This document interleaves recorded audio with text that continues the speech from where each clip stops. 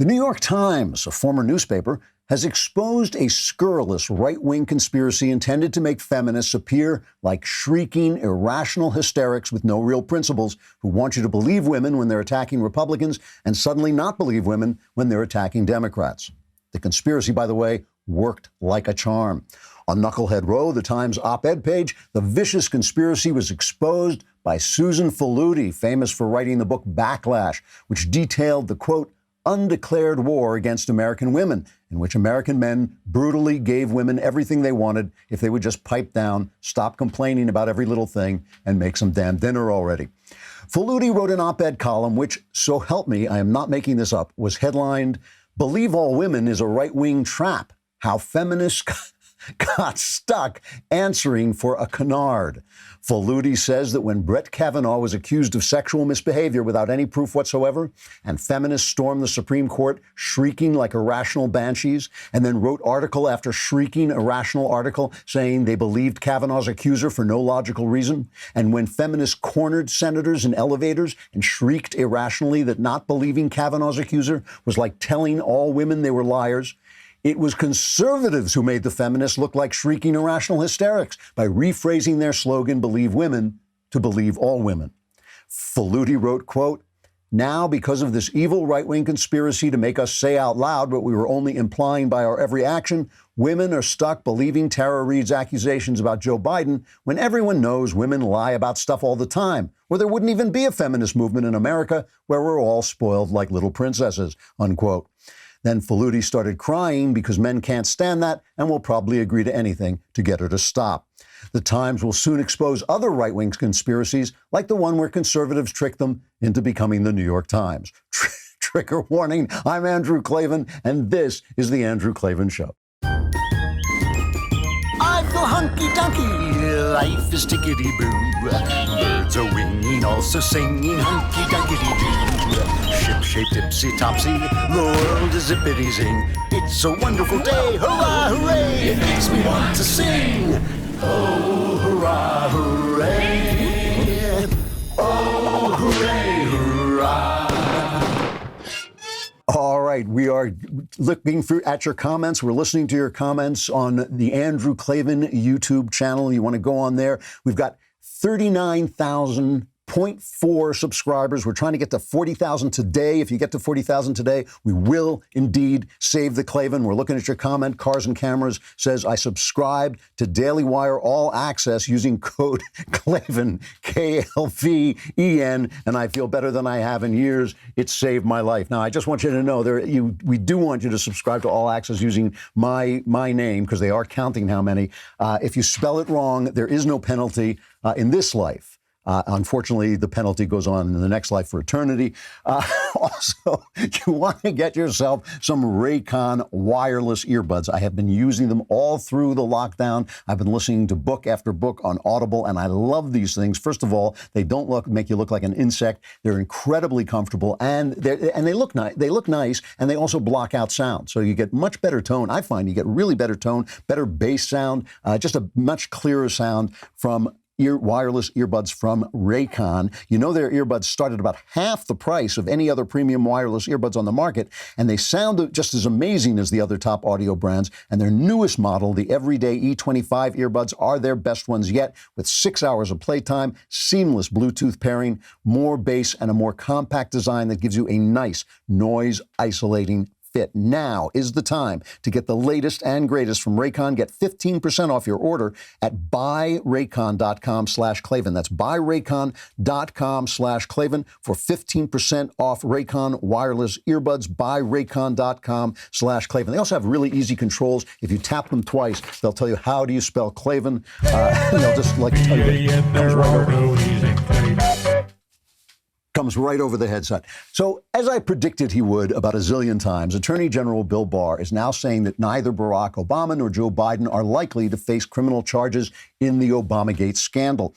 And we're going to take a closer look at all this in just a minute. But first, I want to explain why I think this is very good news. I intensely disliked the presidency of Barack Obama.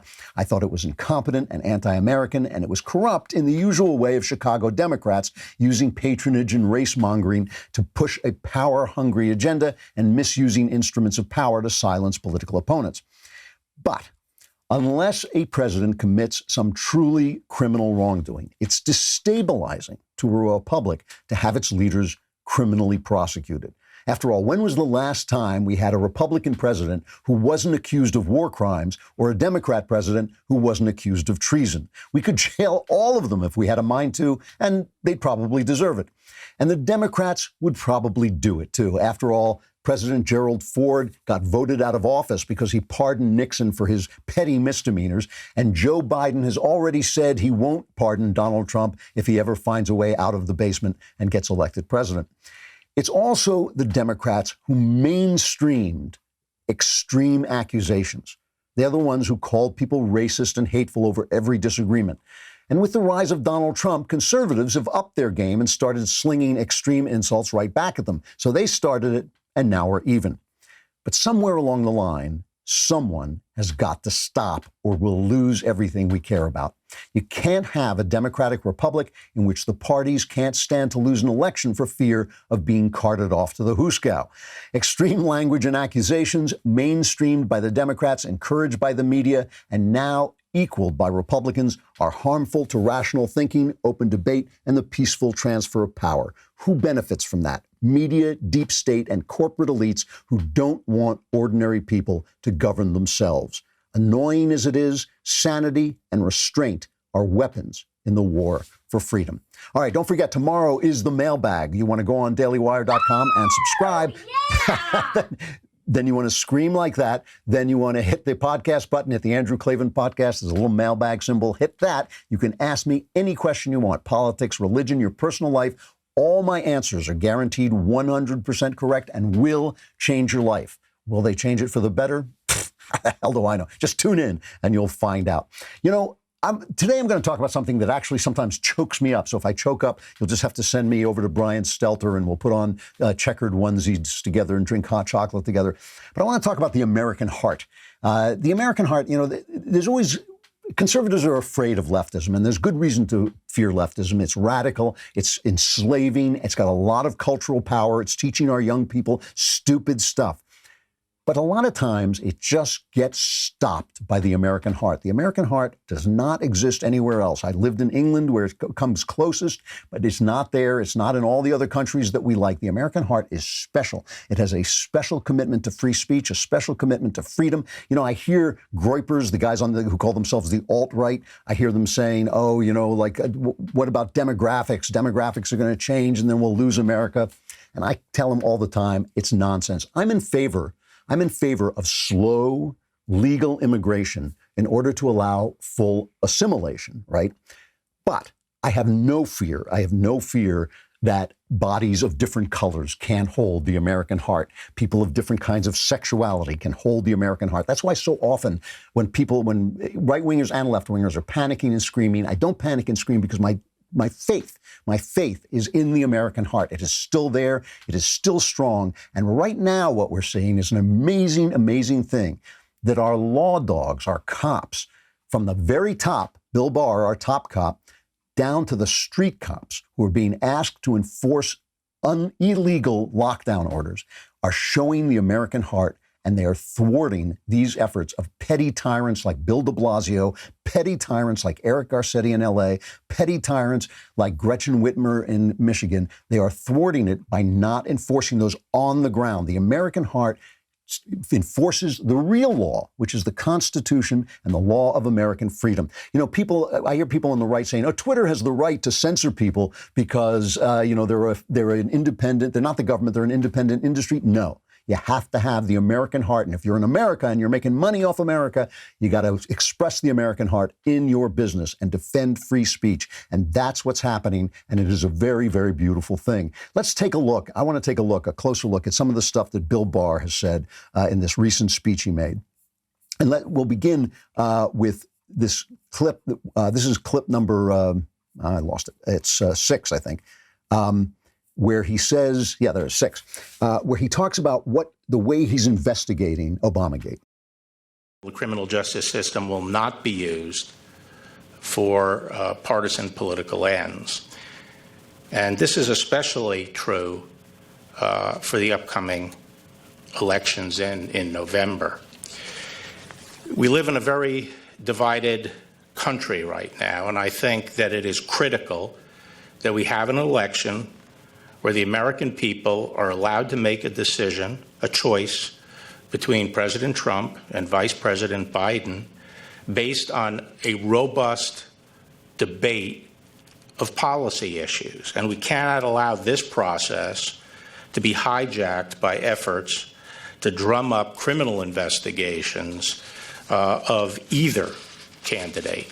And I'm committed that this election will be conducted without this kind of interference. Any effort to pursue an investigation of either candidate has to be approved by me. Okay, so what you just saw was a double slap, a slap to the left and a slap to the right, the American heart being expressed by a law dog, our top law dog, which is really important as it hasn't been expressed for 8 years of the Obama administration. He is telling the left that what they did to Trump was wrong, and we'll get back to that in a minute, but he's telling the left that what they did, the investigations of Trump, the criminalizing of Trump, I mean, today they're making a scandal out of the fact that Trump is taking that malaria medicine. It's like, we're not going to talk about it on the show because I only have one life and I'm not going to waste it on garbage. They make a scandal out of everything.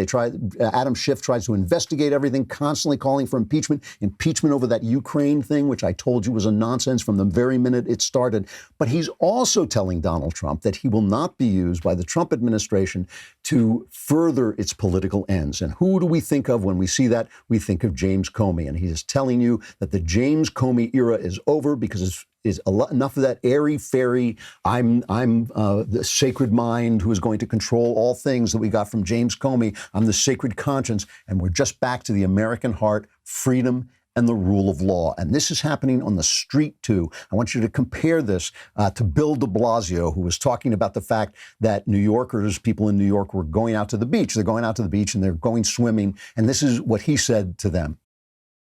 Fencing will be there, but it won't be implemented at first. We're hoping everyone just listens to the rules, follows the rules. No swimming, no sports, no gatherings, no parties, just common sense, observe social distancing. If you walk on the beach, remember, don't go in the water. You're not supposed to go in the water. It's a dangerous situation to ever go in the water when there's not lifeguards present. So there'll be a constant reminder of that. If anyone tries to get in the water, they'll be taken right out of the water. By whom? There are no lifeguards. What a thug. What a thug. What a lazy. Luckily, de Blasio is so lazy that he doesn't enforce half the things he says.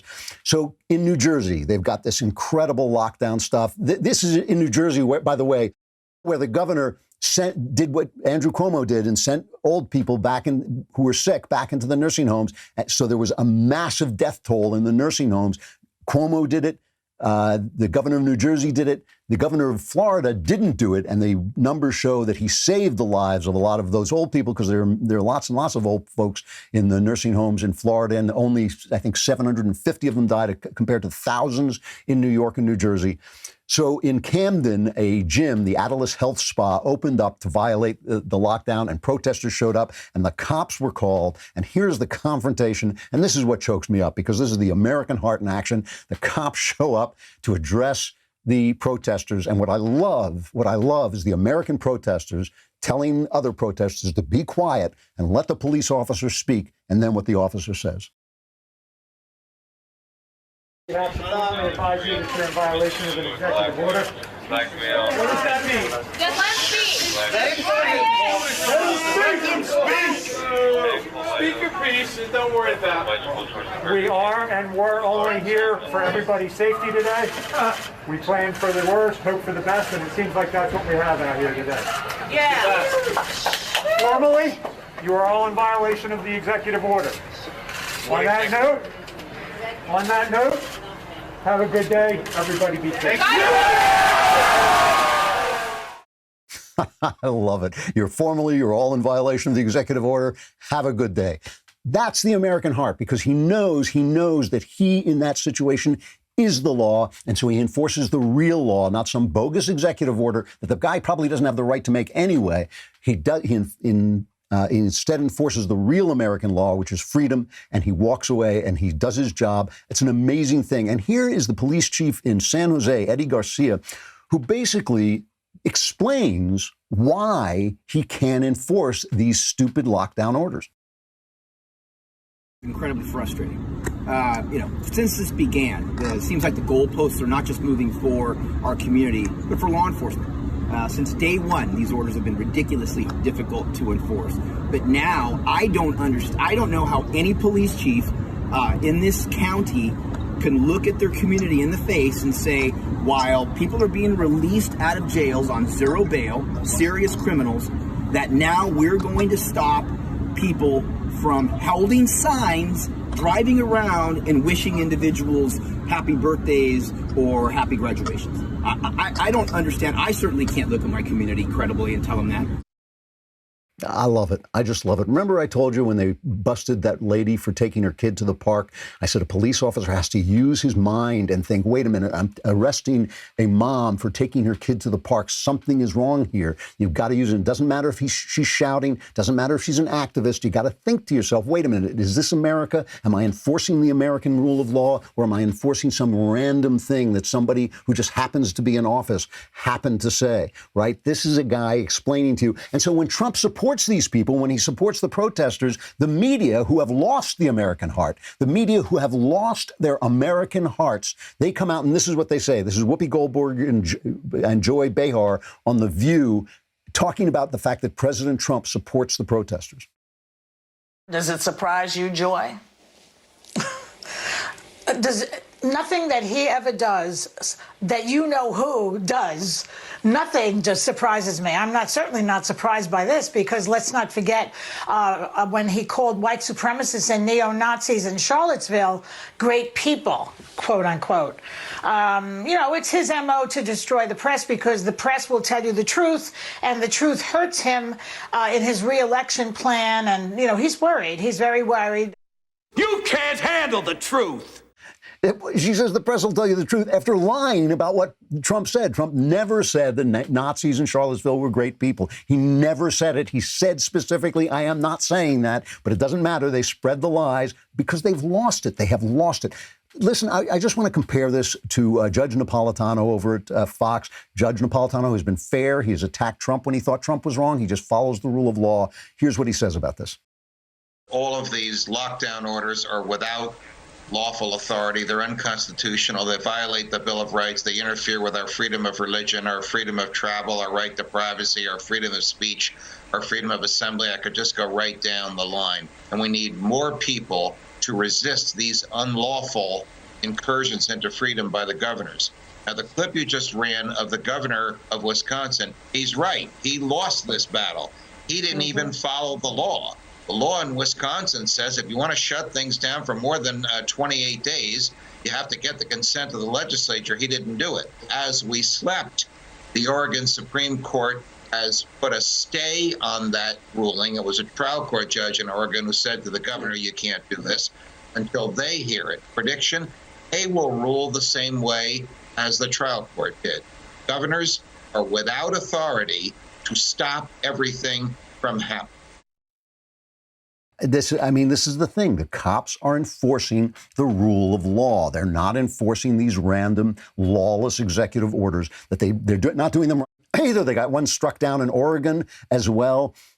I wish I could mention, seriously, a Sheriff James Mendrick in DuPage County, Illinois, he went on Facebook and says, I can't do this anymore. I stand with our citizens and businesses of DuPage County who have offered no trouble and no resistance to any rule we put upon them, no matter how strange. He says, I'm not a stormtrooper. I'm a peacekeeper. I wish I could name every cop out there who's doing that. But I know it's the American heart. I know it's out there, and I know it protects us. It's the only thing that does protect us when these guys lose their way, and a lot of them have. All right, let us talk about NetSuite, because I know this is the time when you got to be paying attention to your business. And this is when you really have to make changes. You have to eliminate some things. You have to modify your business. I'm thinking about it. Everybody's thinking about it. What do I want to do differently? What am I going to do differently in the future? What do I not have to do that I did before?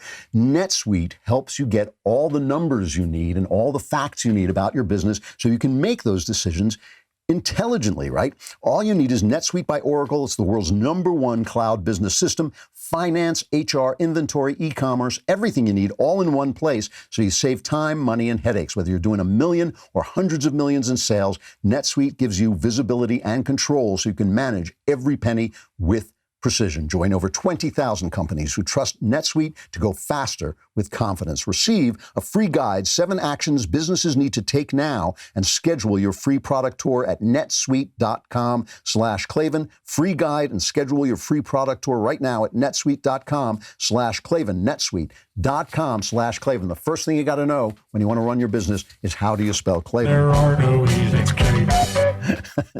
It's true. I just make it look fantastically easy. Let us go back now. So this goes down. This is out on the street. This is sheriffs in their offices. This is police chiefs. It is up the line with our law officers and goes right up to the top to Bill Barr, who is, with Mike Pompeo, one of the best guys in this administration.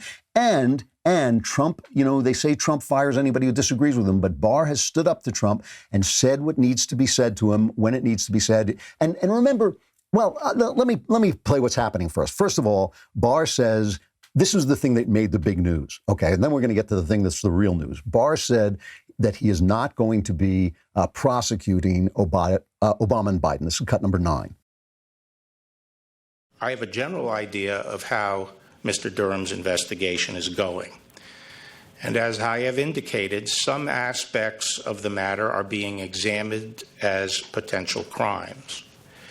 But we have to bear in mind what the Supreme Court recently reminded us of in the Bridgegate case. As the court said there's a difference between an abuse of power and a federal crime. Not every abuse of power, no matter how outrageous, is necessarily a federal crime. Now, as to President Obama and Vice President Biden, whatever their level of involvement, based on the information I have today, I don't expect Mr. Durham's work will lead to a criminal investigation of either man. So he's talking about this Bridgegate Supreme Court decision, really important and excellent decision. It was 9-0. It was 9-0. And again, American heart, right? Because we know some of these guys are liberals. Some of them forget where they are. Some of them conservative on our side. But still, a 9-0 decision, basically saying that a conviction in this Bridgegate scandal, what happened was the mayor of Fort Lee, New Jersey, Mike Sokolich, refused. He was a Democrat, and he refused to endorse Chris Christie's reelection bid. Okay, so they caused a traffic jam on the George Washington Bridge, the bridge from Manhattan into New Jersey. They caused a massive tie-up, because, just on a ridiculous excuse. They just caused this time to punish the guy in Fort Lee, New Jersey. They were convicted for it, and the Supreme Court said, no, this is dirty politics. It's naughty. It's bad, but this is not a federal crime. This is ridiculous. And that's the same thing that Bill Barr is saying, that what Obama did, and really it was ugly and it was disgusting, but he's saying it doesn't look to him right now like it was a federal crime. And I have to say, I think that I've told you that the guy I think is vulnerable to federal charges is probably Peter Strzok. It looks to me like he doctored documents to make sure Flynn went away, but we don't know everything yet because the Flynn part of this is just that little tiny peak of the iceberg. This whole Russia investigation was bogus. And so Trump reacts to this, and this is cut 10. This is Trump. He wants to see Obama do the perp walk. Well, I think if it was me, they would do it. I think for them, maybe they're not going to. I don't know. I'm surprised because Obama knew everything that was happening. I don't think Obama knows where he is in a lot of ways. I saw his statements the other day, and I think that, frankly, they weren't very good. It's President Obama. As far as Biden's concerned, I can't tell you. Only he knows what he knows. I don't think he knows too much. But I think Obama and Biden knew about it. They were participants, but so I'm a little surprised by that statement. I don't think he said it quite the way you said it. I think he said, as of this moment, I guess. But if it was me, I guarantee they'd be going after me. In his case, they're not. So I think it's just a continuation of a double standard. I'm surprised by it. So Trump is right. It is a double standard, but it's the right standard. In other words, what Barr is doing is right, and what the left did was wrong. And we want our guys to do the right thing, even though we sometimes have to eat the double standard. And by the way, I saw right wingers, and some of them guys I really respect, attacking Trump yesterday for calling this Obamagate, and then saying, well, the reason that made news out of the fact that they weren't going to prosecute Obama because Trump had amped it up to the idea of being Obamagate. Nonsense. That is brilliant politics. That's what Scott Adams, the cartoonist, talks about when he talks about persuasion. Obama will now be Obamagate forever. He's President Obamagate. It was a brilliant, brilliant label, and it doesn't matter if people are rushing to defend Obama and all this stuff. This is Obamagate. It should be called Obamagate because Trump is right. They obviously knew. Obama obviously knew what his minions were doing, but that still makes it dirty politics. We cannot criminalize politics. Politics is a dirty business. It's a bare knuckle game. I know we go out and we chant, lock them up, lock them up. In fact, you do not want your presidents locked up. You don't want high-level officials locked up unless it's truly a criminal action. I mean, if it's truly a criminal action, if they send out somebody to assassinate, their opposition or whatever, if it's truly a criminal action, of course, you have to prosecute it. The rule of law applies to everybody. But political nonsense and political dirty politics is not necessarily a federal crime. And that's the thing. So you can't let Trump. So Barr is saying, look, I'm not going to be pushed by Trump into doing what's wrong, but I'm not going to let the left shut me down. And the left is doing everything it can to shut Barr down. They are demonizing him. They're calling him the poodle of Trump. He's obviously the exact opposite. Obviously, Bill Barr is the exact opposite of Trump's poodle because he's doing just the right thing. And Kim Strassel, by the way, Kim Strassel has pointed out that as much as they attack Bill Barr, they don't attack the guys who are actually doing the investigating. And the reason they don't attack the guys who are doing the investigating is because they're peerless and nobody can attack them. They're guys who've been in the business for a long time and there's nothing against them. There's nothing they can say against them. Barr, too, there's no reason to attack him. The guy has just been an exemplary public servant, and he's being an exemplary public servant now, even though Trump is right. And you might be biting your knuckles and saying, oh, Klavan, we've got to bail. You don't want it. You want to stay free. In order to stay free, we have to have free and fair elections. In order to have free and fair elections, we have to let our public officials know that we're not going to jail them just because they did something scurrilous like Obama did. So that made the news. That made the news that Obama's not going to be prosecuted, okay? Big news. The former president of the United States is not going to the Huskow. He's not going to Gray Bar. He's not going to be put behind bars. So good for Obamagate. He's, former President Obamagate is not going to be, behind bars like the guy in the Monopoly game. That's good for him. But here is what Bill Barr really said. And here is the actual important stuff. This is cut number 7. What happened to the president, and I've said this many times, what happened to the president in the 2016 election and throughout the first 2 years of his administration was abhorrent. It was a grave injustice, and it was unprecedented in American history. The law enforcement and intelligence apparatus of this country were involved in advancing a false and utterly baseless Russian collusion narrative against the president. The proper investigative and prosecutive standards of the Department of Justice were abused, in my view, in order to reach a particular result. We saw 2 different standards of justice emerge, one that applied to President Trump and his associates, and the other that applied to everybody else. Now, strangely, the press went absolutely deaf to those statements. Just didn't hear him.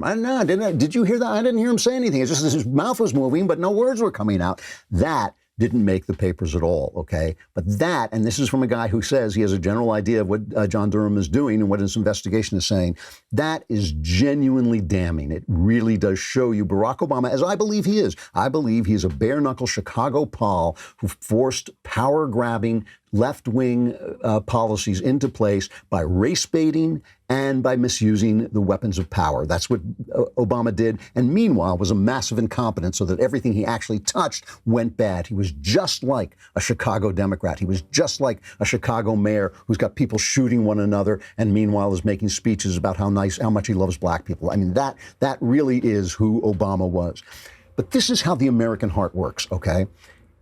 If our press still had an American heart, this would be the story they were covering, because they would say it violates the principle of America. They would say, the press would just have the heart to say, okay, maybe he shouldn't be thrown in prison. Maybe it's not a federal crime, but this violates the essential idea of America. It violates the way we have elections. It violates the way we treat voters. It violates the way we treat our public officials, even when they're a little bit eccentric, like Trump.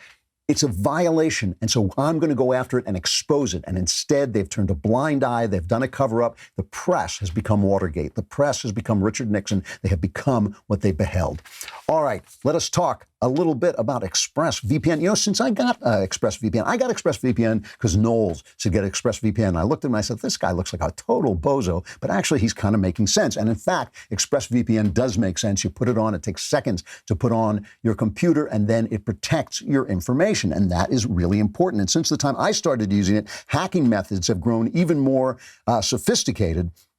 ExpressVPN gives you the best online protection possible. I've been talking about this on my show for so long now that you already understand why encrypting your network data is so important, but some of you still haven't gotten one. Get one. You might be thinking that security threats don't affect you personally, but not using ExpressVPN is like leaving your front door unlocked every time you go out.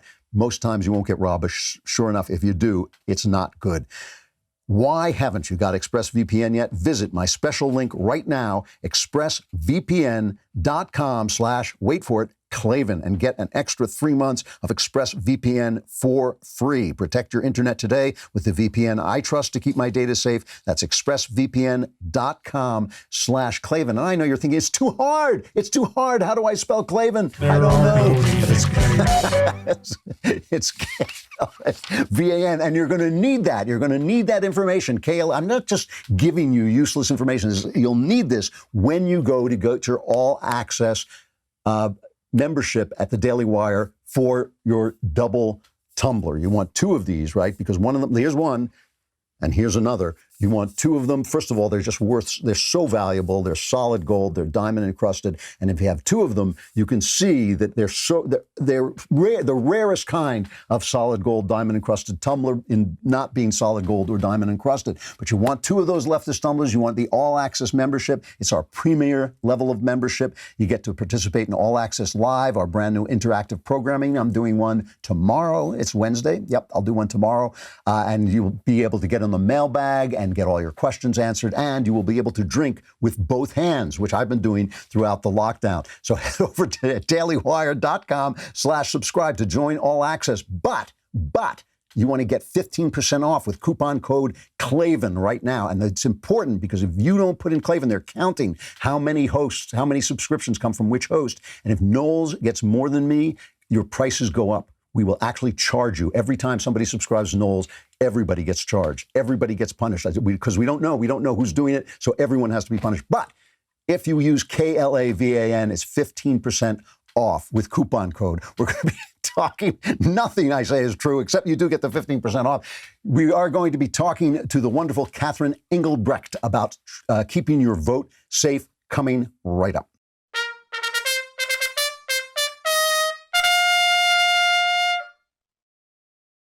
All right, Catherine Engelbrecht is founder and the president of True the Vote. Their mission is to restore America's confidence in our electoral process by making sure our elections are protected from fraud and exploitation right now. That is an extremely, extremely important mission. Catherine, it's good to see you. How are you? I'm great. Thanks so much for having me. Yeah, it's good to see. You know, we met once at a party at the Snow's house in Santa Barbara. You don't remember, but we shook hands briefly. Oh, my word.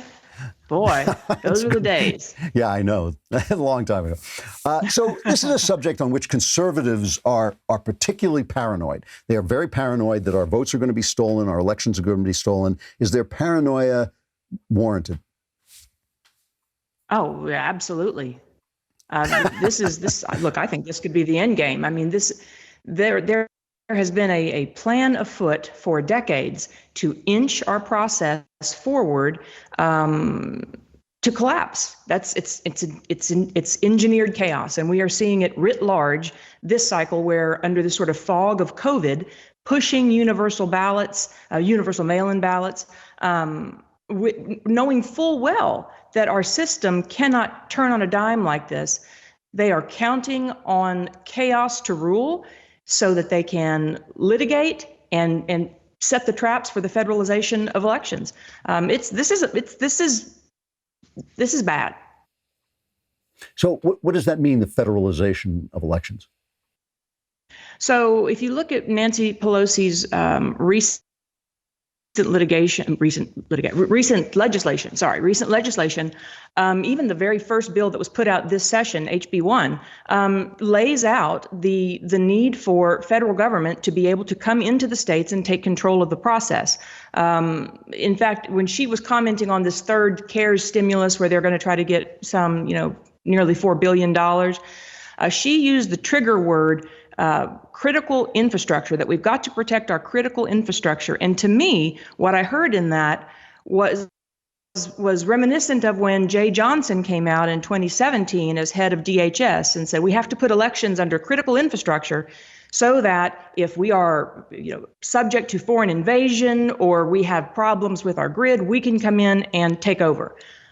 I believe those words were used intentionally, and I think we're careening towards that path because they are going to inject so much chaos in the coming months. We're seeing every state that is now trying to push its way to mail-in. I mean, one after the next, there are problems.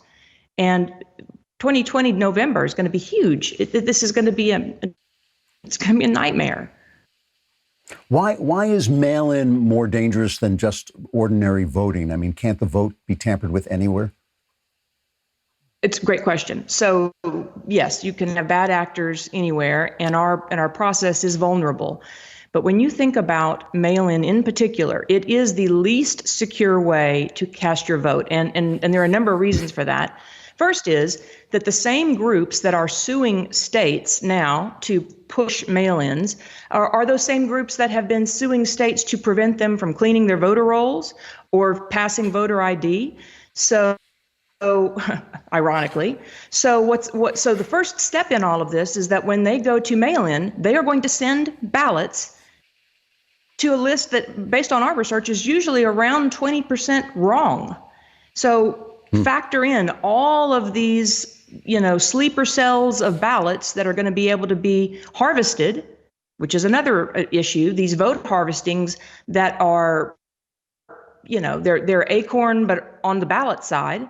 And they're going to be able to pick up the ballots and distribute the ballots. And there again, that exposes, in fact, that particular piece, it exposes our most vulnerable population to manipulation, to abuse. I mean, that piece alone is troubling. Past that, the same groups that are suing for mail-in are also suing to pull back security provisions. So they're saying, well, we don't want to have signature verification. And, if they come in after Election Day, that should count too. And because these are suing, sort of friendly suing and settle lawsuits, it's just, they're dropping like dominoes. And, past that, you've got the fact that we're basing the whole distribution system on a federal agency that's about to go bankrupt. My mail, I don't know if you've noticed this, but my mail during this whole pandemic has been less than reliable. And now we're going to entrust the decision of who runs our country to our postman who can't get the ballots necessarily on time or to the right location. There's no assistance available. I mean, I could really go on and on and on. There are so many problems with this. It is so apparent. Now, make no mistake, there are reasons. Well, I'm not against mail-in, right? There are reasons you should be able to have the opportunity to vote mail-in if you are infirm or if you are out of the state, if you are elderly and that's a better mechanism for you. Then there are states allow those reasons. But to just Case in point, the Virginia governor declared everybody in the state disabled.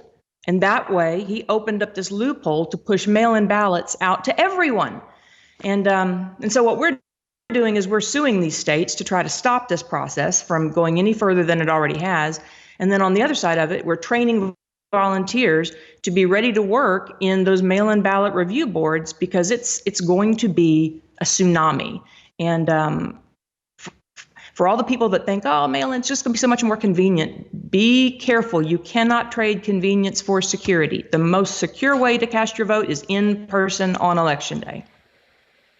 You know, one of the things that always bothers me about this, I don't believe that Republicans are inherently better people than Democrats. That doesn't make sense to me. And yet, this seems to be a problem almost entirely on the Democrat side. Do Democrats cheat more than Republicans? I'm like you. I mean, at the end of the day, this is about free and fair for everyone. When you read the headlines, it would certainly seem to indicate that Democrats are more involved than Republicans in these kinds of shenanigans. There's no question now that it's the Democrat contingent that's pushing, where I believe pushing towards implosion of the process, which is very intentional.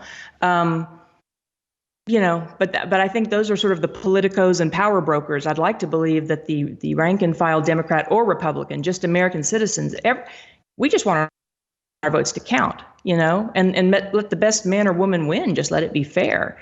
And but there's such a disconnect. Citizens have forgotten, I think, that we run the elections, that they are for us. They're not for the government. And as a result, we've let a lot of things get away from us over the years. And the chickens may come home to roost this November. You got into this business, as I recall, and correct me if I'm wrong, you got into this business because Obama basically shut you down using the IRS during his reelection campaign. Do I remember that properly? Well, it's sort of the flip of it, actually. But yes, you're recalling it correctly. The catalyst, though, for the targeting that I went through with the alphabet soup of agencies under the Obama administration, the catalyst for that was starting True the Vote. I filed for 501c3 nonprofit status with the IRS, and within 2 months, I'd been sued 3 times. The FBI was starting to show up at our meetings. It was crazy, and you draw the most fire when you're over the target. So you started. I didn't remember it that way. You started an organization meant on making sure we have free and fair elections, and the FBI started to investigate you? Oh my! It was the FBI, and then the IRS personally doing audits, and DOJ was getting involved, and Bureau of Alcohol, Tobacco, and Firearms, OSHA, you name it. They all came in an 18-month period. I had 23 different audits or investigations of my personal and professional life. But prior to filing that 501c3 application with the IRS, nada, nothing. Wow. So wow, that's amazing. Statistically, yeah. It's just it's outrageous, amazing. And yeah. Well, Catherine Engelbrecht, the founder and the president of True the Vote, to restore America's confidence in our electoral process. I thank you very much for what you're doing, and you almost made me change my mind about whether Obama should go to jail or not. I've been thinking that maybe he didn't break the law, but that's pretty bad. I'm glad you're out there, Catherine. I hope you'll come back and talk again. At any time. Thanks so much for the opportunity. Thanks a lot. All right, I'm going to end with a final reflection. I'm not sure I've talked about this before, but if I have, I want to talk about it again. There's a show on that I've seen only the first season of, and it's really a half season because it came on late. It was a mid-season replacement, but it's one of Dick Wolf's new shows about Chicago. And one of them is Chicago PD, it's a network show. And so everybody in it is gorgeous. Like, I don't know why everybody in the network shows has to be absolutely beautiful, but everybody in it is gorgeous. And it's got a couple of things. It's a little softer than you get on cable, but it's pretty tough. And it's kind of based a little bit on The Shield. It's about a cop who really, really walks the line. And it has got some great, tough stuff in it. And it has also got this tremendous actor named, I'm not sure how I pronounce his name. I think it is Jason Beghay. Is that his name? And he plays Hank Voight, who runs this division, and he is just an old-style Chicago cop who will, in fact, kill you. If you, for instance, shoot at a cop, he will take you out and kill you. And he has done it before, and he threatens to do it again, and he's very tough. And it is a great performance. The character's name is Hank Voight. The actor's name is Jason Beghay, I believe it's pronounced. And the funny thing about this guy, well, let's play a little cut of him telling what Voight's law is. I was thinking about something. See, a long time ago, they told me those little statues of justice are blindfolded so she can, so she can remain impartial. You know what I'm thinking? I'm thinking I'm glad she's blindfolded, because there are times I gotta do things she wouldn't want to see. I love this. And I love the voice. I got to do things he wouldn't want to see. The thing about this guy is he is like an upper class private school kid who was a model and all this stuff. People must think he's that character because it's such a good performance. It is really worth watching. I'm finding it enormously entertaining. I'm worried they're going to soften it as they go on because it is a network show. But for the first half season, which is the first season, it really was good, I have to say. Really a terrific Dick Wolf show and one of his best in years. Chicago PD. All right, I got to stop there. Tomorrow is the mailbag. All your problems solved if you're a subscriber. If not, you're screwed. So subscribe. Yeah! Subscribe using my name as your code, and I will see you tomorrow. I'm Andrew Klavan. This is The Andrew Klavan Show.